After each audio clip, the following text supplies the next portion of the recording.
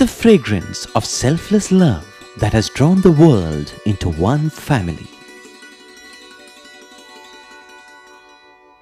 The truth of an eternal message that has been revealed through every act and word.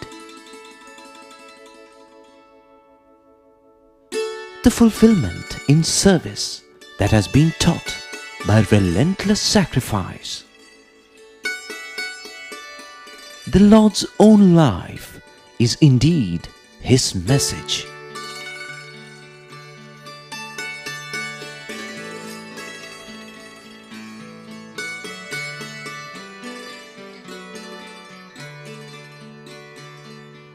C.I.A. On this beautiful and bright sunny day, welcome to the 7th episode in our serial presentation entitled Message of the Lord. Just to remind you, the first 2 episodes were in the nature of an introduction to the life of Bhagwan Baba, and thereafter we have been discussing various aspects of Swami's teachings. Last time we focused on the omnipresence of God in the entire universe.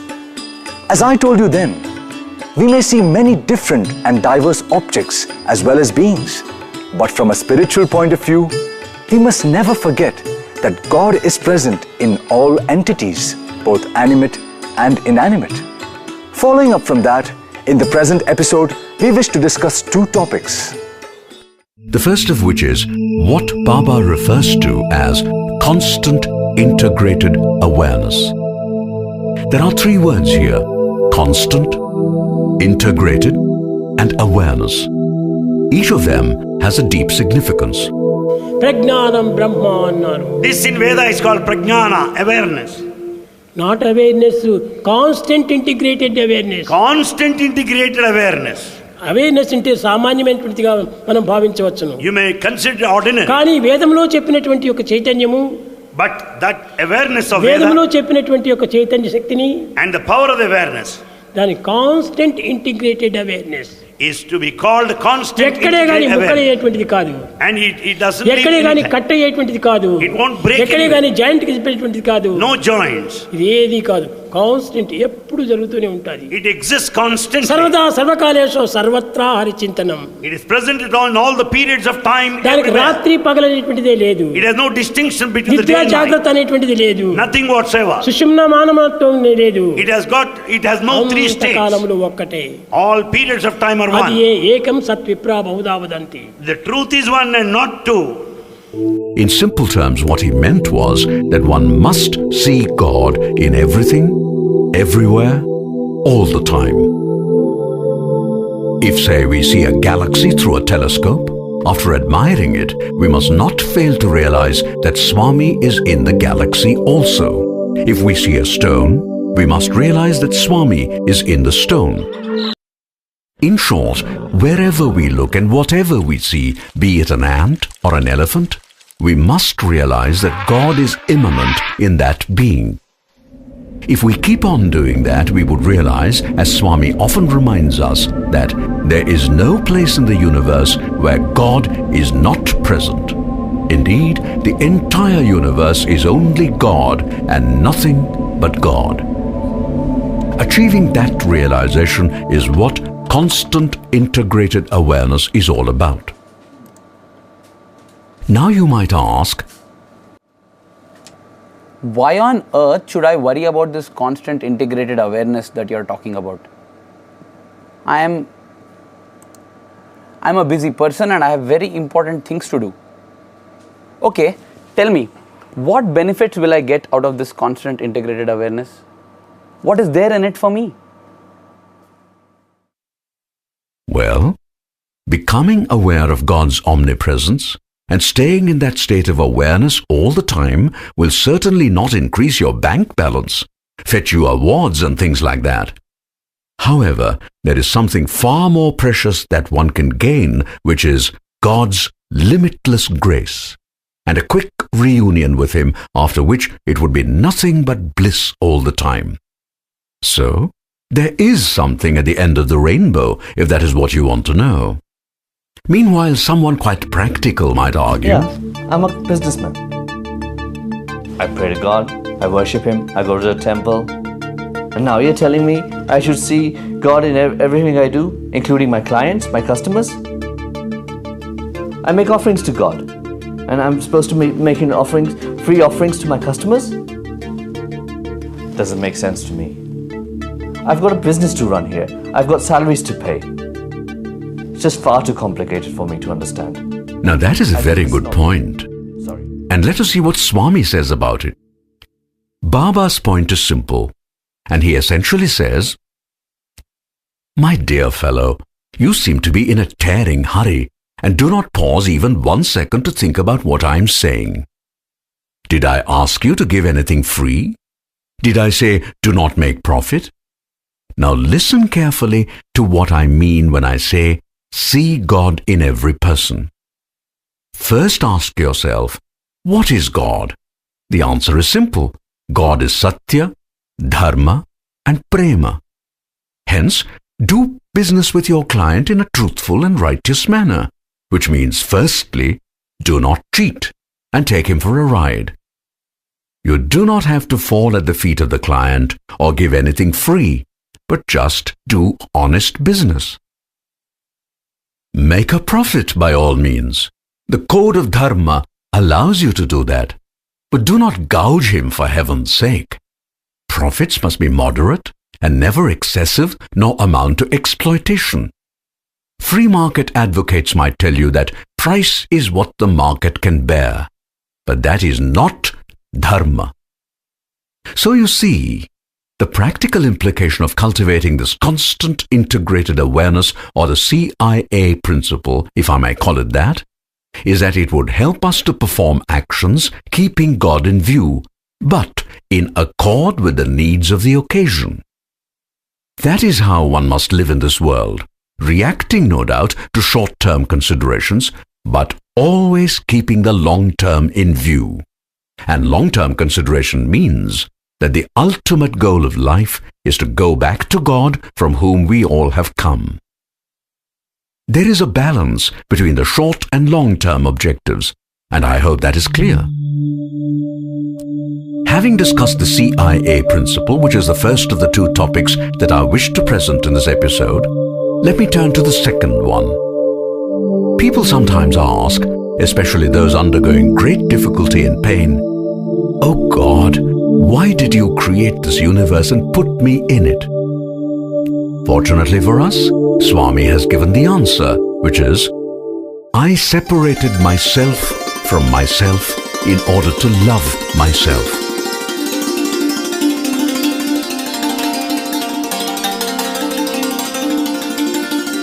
Basically, Swami is saying that he created this universe and filled it with diversity that included both inanimate entities and animate beings, including humans. Why did God do all this?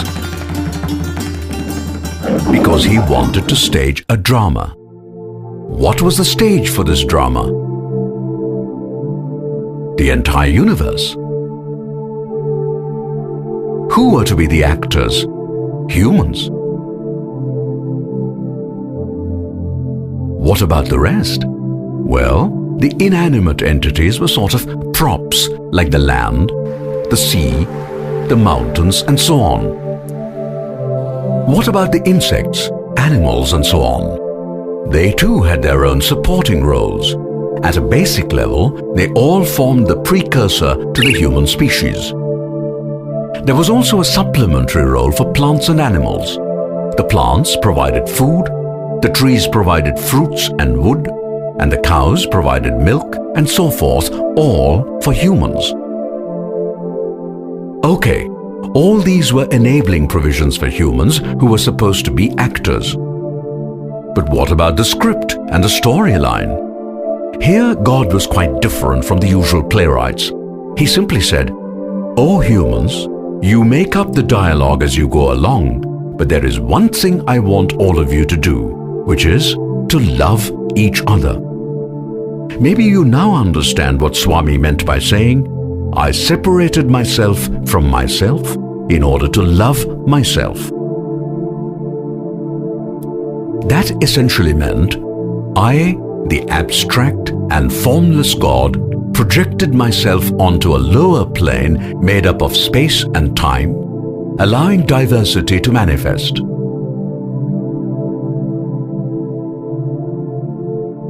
I became immanent in all aspects of this diversity, so that my love became embedded in every bit of the universe.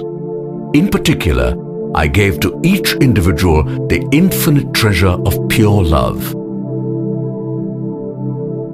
I then expected all humans to act in a loving and selfless manner towards each other.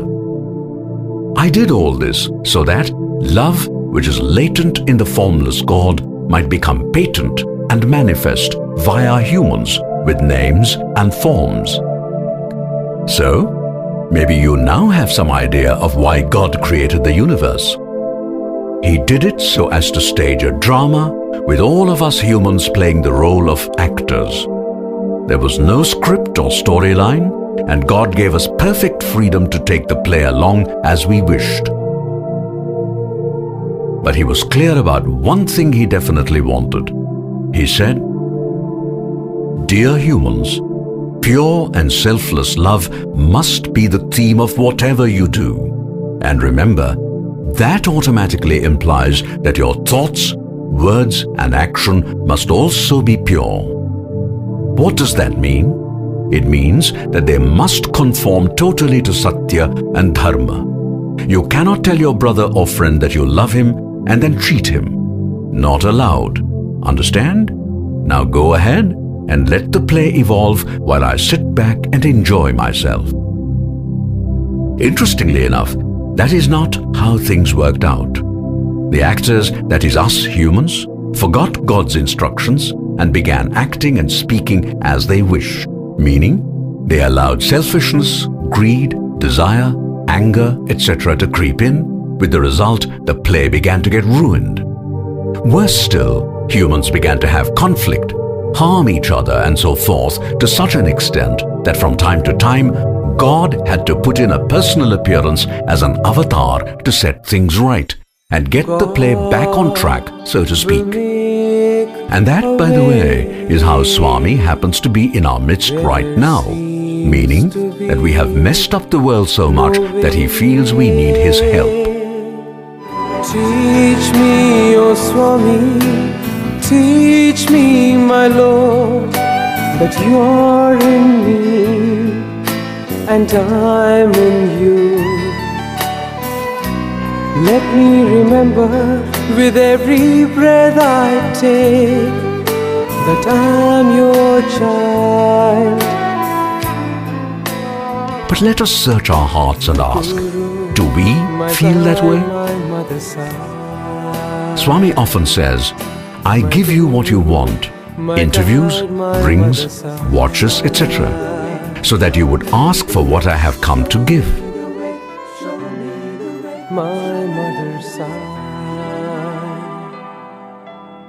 However, we hardly ever do that. And by the way, what is that Swami is so anxious to give us but we are not too keen to receive? Atma Vidya, or knowledge of the Atma. This teleserial is an attempt to offer in a simple manner the ABC of Atma Vidya. Why is this Atma Vidya so important? Why is Swami so keen about giving this to us? We have called attention to this earlier, but maybe it is worth repeating what has been mentioned before. Swami says, ప్రాపంచికమైనటువంటి దేహ సంబంధమైన ప్రేమలంతా కూడాను దేహంతో ఆడుతూ పాడుతూ కూడుతూ ఉంటాయి. But we think of the body relationship. అది మీకు ఆనందమని భావిస్తుంటారు. We consider it blissful. అది ఎప్పటికీ ఆనందం కాదు. But it's not permanent. ఏనాటికైనా శాశ్వతం కాదు. It's never permanent any time. Yes, my dear fellow, all that you can get from this world would be pleasure and pain in cycles. You want lasting happiness? That is called Ananda or bliss. Do you know the way to get it? Atma Vidya is the way to get it. ఈ లోకంలో మనం చదివేటువంటి చదువులు all the knowledge of this world. ఎన్నేళ్ళు పిఏలు pass అయ్యి వచ్చి పేరుగాచిన పెద్దవారులైనా one might be scholars with all MA and BA degrees. సంపద పరుల నుండి సంధాన పరులైనా one may be rich enough. పుడమికీర్తిని Ganna పుణ్యులైన They may be charitable ఆయురారోగ్యములు అనవరతముండి with all the long పరిపూర్ణ span వల్లకు of life and వారులైన strength. They may be, సతతము జపములు తపములు చేయొచ్చు సాధన నేర్పు సాధులైన they may be strong ones with all the muscle strength and health. సరిరాదు They may be men of penance నిజ and Vedic భక్తులకైనా chanting, but none can equal a devotee. ఇవన్నీ బయట సంపాదించేటువంటి చదువులే. All that we get from the outer world అయితే ఇవి only. కూడా మనకు ఉండాల్సిందే. Of course, it's also necessary. లౌకిక విద్యలంతా కూడాను లౌకిక జీవితాన్ని సంపాదిస్తుంది. The secular knowledge is to carry our living. ఆత్మజ్ఞానము ఆత్మతత్వాన్ని బోధిస్తుంది. The knowledge of the self speaks of the self, symbolizes it. కనుక ఇట్లాంటి జ్ఞానం చదివితే మనం ప్రయోజనం లేదు. Therefore, the physical knowledge is useless. కానీ చదువులు Knowing that we are too lazy to seek Atma Vidya, Swami teaches the same lesson in another way, which is most beautiful. Wonder what that is? Here it is. भजन बिना सुख शांति नहीं, भजन बिना सुख शांति नहीं, हरि भजन बिना सुख शांति नहीं, साई भजन बिना सुख शांति नहीं, हरि नाम बिना आनंद नहीं, हरि नाम बिना हरि नाम बिना आनंद नहीं, हरि नाम बिना आनंद नहीं। हरि भजन Dear viewer, just think of how many hundreds of discourses Swami has given in public and private, explaining Atma Vidya and all its aspects. Just think of how many times Swami has sung this bhajan for us. At least now, we should introspect and ask ourselves whether we are paying attention to the deeper meaning of what Swami is telling us. And we should not forget that it is not every other day that God comes down in human form to be amongst us.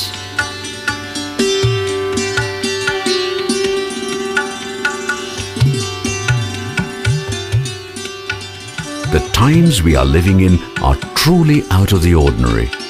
To be in Swami's presence and see him is a precious privilege.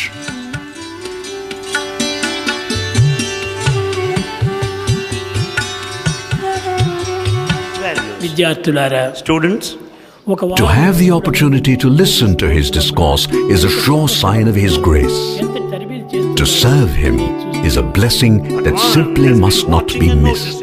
And remember, service to man is service to God. So, we really do not have to try to push ourselves to serve the physical Swami.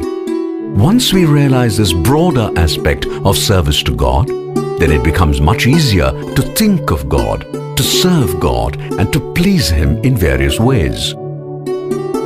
The bottom line is simply this. Every human being is an embodied soul. Unknown to itself, this soul is engaged in a journey towards God. In the early stages, the individual is unaware of this and wanders somewhat aimlessly, largely trying to find happiness in this world. Naturally, this leads to all sorts of ups and downs. Slowly, over many births, the individual begins to wake up, spiritually that is. Still, from time to time, the individual continues to lose his way, as a result of which the graph of the spiritual evolution goes up and down, rather like the stock market value. Eventually, there is a transition, after which the individual becomes a real pilgrim in quest of God.